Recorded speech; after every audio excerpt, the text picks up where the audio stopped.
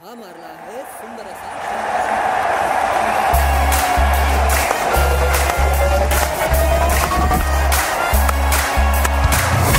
बाकी विषय पंपाव, आता लक्ष मैदानावर. कोल्हापूर टस्कर्सच्या खेळीमधून त्यांचा हा बाणा दिसतोच, पण आज इथे दोन कोल्हापूरचे टस्कर झालेले, त्यांना विचारतो काय तुमचा बाणा काय आहे यावेळेस, काय वाटतंय? बाणा तर टस्करचा दे टक्करच आहे ना, कोणी असू द्या टक्कर तर द्यायचीच आहे. हो ना. येस 100. पण मग तुम्ही असं तुमचा इंटरव्ह्यू कोणी घेता येईल त्याला नाही ना टक्कर देत शक्य? तेव्हा आमचा मित्र झाला ना, तो पण टस्करचाच प्लेअर झालाय. तुला काय वाटतंय, काय आहे तुमचा आम्ही बाणा? त्याला आपलं बनवतो, असं कोणी इंटरव्ह्यू घेत असेल आमचा किंवा असं हो ना? काही शुअरली डॉमिनेट करणार आहे टुर्नामेंट मध्ये. हो, येस. तुम्ही पण प्रॅक्टिस करून जस्ट इथे आलाय असं मला कळलंय. येस. तर आता नक्की डोक्यात काय चालू आहे तुमच्या? हा बघ, डोक्यात तर ती फायनलची डेट आहे आणि फायनल आम्हाला उचलायची आहे, कारण फर्स्ट इयर आम्ही फायनलिस्ट होतो, मग आम्ही सेमीफायनलमध्ये गेलो आणि फर्स्ट एलिमिनेटरला लास्ट इयर हारलेलो. सो आता मला वाटतं की ते RCBचं झालंय ते आता आमचं होणार आहे यावर्षी. वाह, क्या बात आहे. मला असं वाटतं ना की काय आहे, दोन एवढे करिझमॅटिक प्लेयर्स समोर आलेत, तर माझ्याही हातून राहून गेले त्यांची ओळख करून द्यायची. काय होतं, आपल्याला नेहमी असं वाटतं की ज्या प्लेयर्सनी अस्सल कारनामे केलेले आहेत, ज्यांचे व्हिडिओज व्हायरल झालेले आहेत, ज्यांचा खेळ आपण सगळ्यांनी बघितलाय, सगळे त्यांना ओळखतच असतील, पण मला असं वाटतं की एक फॉर्मल ओळख करून देणं गरजेचं आहे. अंकित बावणे, जोरदार टाळ्या व्हायला पाहिजेत त्याच्यासाठी. आणि एका सुपर मॉडेल सारखा दिसणारा धनराज शिंदे पण आलेला आहे, त्याच्यासाठी पण टाळ्या व्हायला पाहिजेत. तुमचं स्वागत आहे. मला सगळ्यात आधी तुम्हाला प्रश्न विचारायचा आहे की पुनीत बालन सर तुमचे ओनर आहेत. मला माहिती आहे पुनीत सर प्रत्येक क्षेत्रात असतात, कला क्षेत्र असेल, क्रीडा क्षेत्र असेल. त्यांनी प्रोड्यूस केलेल्या सिनेमात मी सुद्धा काम केलेलं आहे, त्यांच्याबरोबर क्रिकेट लीग सुद्धा खेळलेलं आहे, म्हणजे असं ऑलराऊंडर व्यक्तिमत्व आहेत. तुमचं आणि त्यांचं कसं रिलेशन आहे, माझा टीम ओनर आणि प्लेयर्स कसं नातं आहे सगळ्यांचं?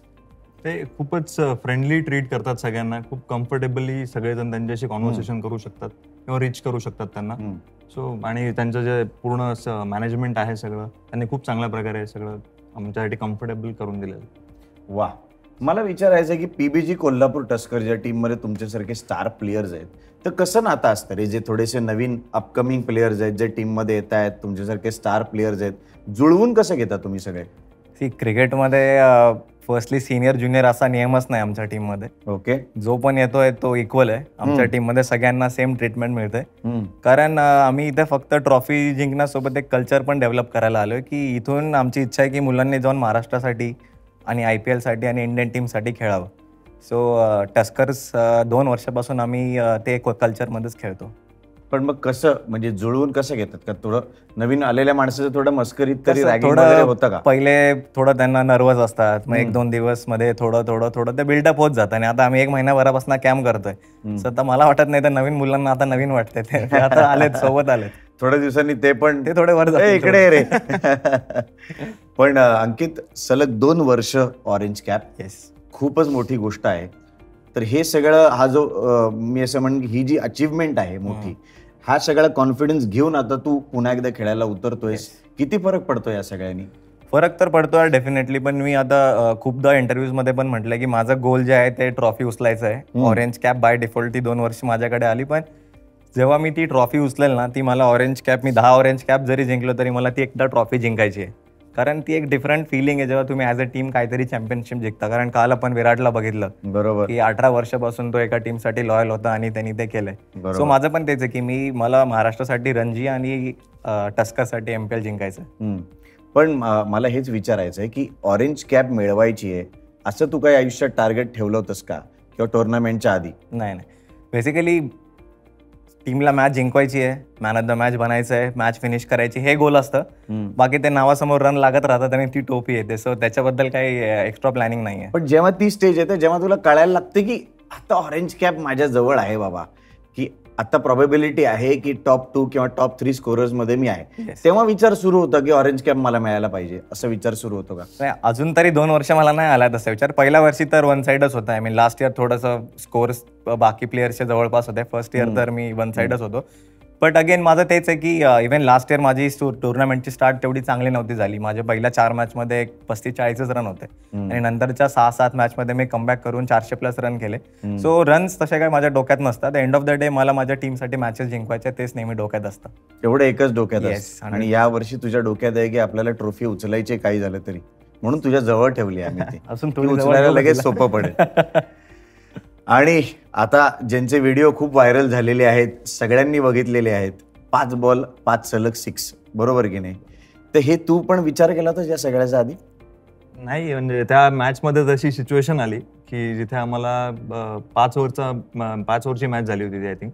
सो मग त्यामध्ये जास्त ऑप्शन्स नसतात. सो बरोबर. सिक्सेस आणि बाउंड्रीज हेच ऑप्शन्स घेऊ शकतो आपण, आणि आम्ही 85 रन्स चेस करत होतो. सो आय थिंक 6 मारणं हेच बेस्ट ऑप्शन होतं आय थिंक. मला एक क्रिकेटचा फॅन म्हणून नेहमी ही क्युरिओसिटी असते. तुम्हाला असं वाटेल हा काय प्रश्न विचारतोय, पण मला असं वाटतं एक विचारायची इच्छा आहे मला. मेंटली असं प्रिपेअर करता का तुम्ही नेट्समध्ये की समजा एका ओव्हरमध्ये आपल्याला जिंकायला 21 रन हवेत, तर तुम्ही कसे शॉट्स माराल, असं काही प्रिपरेशन असतं का की फक्त आपण नॉकिंग करतो नेट्समध्ये? नाही, प्रिपरेशन असतं. आणि 20-24 पर्यंत ठीक आहे, त्याच्या पुढे आलं तर फक्त धनराजचं नाव घ्यायचं आणि मग याला सोडायचं बॅटिंग. 25च्या वरचा काही टार्गेट असेल तर धनराज पॅड घाल आणि बॅटिंगला जाईल. भाई, माझा प्रश्न फार चुकलेला नाही. म्हणजे नेट्समध्ये हा विचार केला जातो की मॅच मध्ये अशी सिच्युएशन आली तर आपण काय करणार आहोत, बरोबर? येस. तुम्ही दोघं पहिल्यांदा मला वाटतं की एकत्र खेळणार आहात यावर्षी. हो. तर मग 2 स्टार प्लेयर्स एकत्र येतात तेव्हा कसं फिलिंग येतं, तुमच्या मनात काय चालू आहे? तुम्ही आपापल्या जबाबदाऱ्या वाटून घेता का की ट्रॉफी एका बाजूनी तू उचलायची, एका बाजूनी तू, ऑरेंज कॅप, पर्पल कॅप, आपले 5 सिक्सेस, हे सगळं आपल्या विचार एकत्र अलाइन कसे करता तुम्ही? आय थिंक अंकित भावने लेजंड आहे महाराष्ट्र क्रिकेटचा.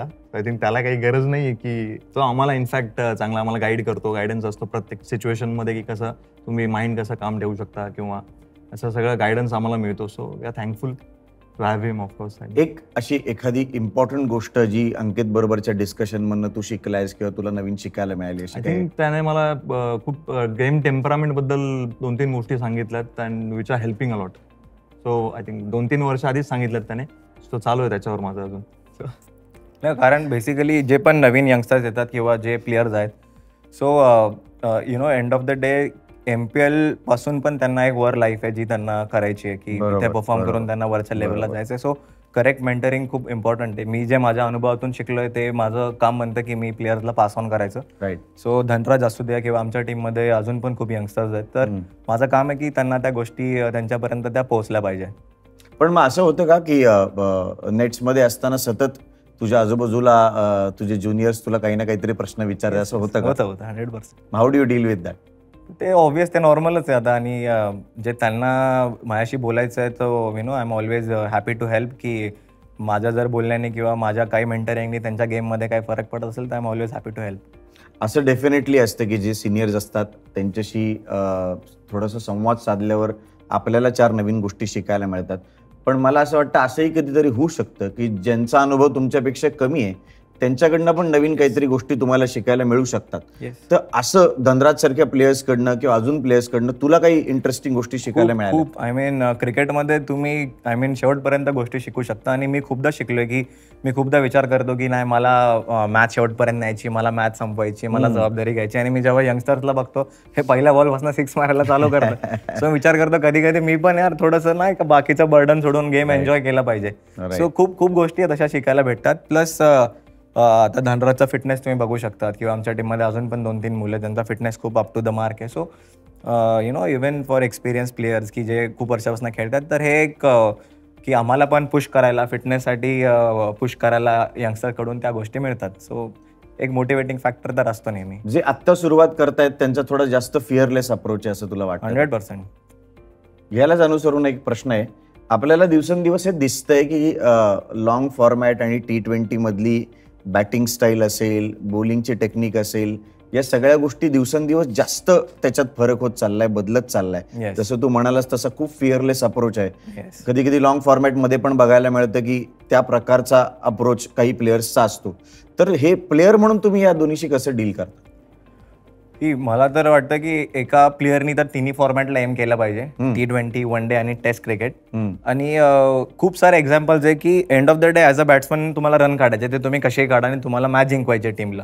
खूप आपण बघतो टेस्टमध्ये पण प्लेअर मारून खेळतात, वन डे मध्ये वेगळं खेळतात, T20 मध्ये खेळतात. सो आय थिंक तेच महत्वाचं आहे की तुम्ही end of the day runs कसे काढतायत, जास्त टेक्निक आणि याच्यामध्ये न पडता एंड ऑफ द डे की कोण फिल्डिंग मध्ये कुठं उभा आहे आणि तुम्हाला कुठं तुमचे रन काढता येतात, ते खूप इम्पॉर्टंट आहे. तुला काय वाटतं धनराज? आय मीन तेच की आय थिंक रिझल्ट मॅटर करतो. सो आय थिंक कुठल्याही अप्रोचने बॅटिंग केली आणि थोडं सिच्युएशन समजून बॅटिंग केली तर आय थिंक रिझल्ट चांगलाच येतो. वा. MCA बरोबर तुम्ही बरेच वर्ष असोसिएटेड आहात, तर कसं वाटतंय MCA बरोबर काम करण्याचा तुमचा अनुभव कसा आहे? मला तर MCAने महाराष्ट्र रणजी खेळण्याची संधी दिली तेव्हा मी फक्त 15 वर्षाचा होतो. सो मी खूप ग्रेटफुल आहे महाराष्ट्र क्रिकेट असोसिएशनचा की त्यांनी मला ती अपॉर्च्युनिटी दिली. आणि आज मी जे काही क्रिकेट फील्डमध्ये अचीव्ह करू शकलो आणि आज मी जे काही आहे, सो मला वाटतं की त्यामध्ये महाराष्ट्र क्रिकेट असोसिएशनचा खूप मोठा रोल आहे. आणि तेच आहे की आता एवढ्या वर्षापासून मी महाराष्ट्रासाठी खेळतोय, 17-18 वर्ष झाले आणि अजून मी ती रणजी ट्रॉफी स्मेल नाही केली आहे. सो मला दरवर्षी मी त्याच एक्साइटमेंटमध्ये येतो की मला महाराष्ट्रासाठी रणजी जिंकायची आहे. आणि ते एक परतफेड असेल जी मी महाराष्ट्र क्रिकेट असोसिएशनला देऊ इच्छितो की एवढ्या वर्ष त्यांनी जे माझ्यावरती विश्वास दाखवला आहे, सो त्याच्यासाठी मला एक महाराष्ट्रासाठी रणजी ट्रॉफी जिंकायची आहे.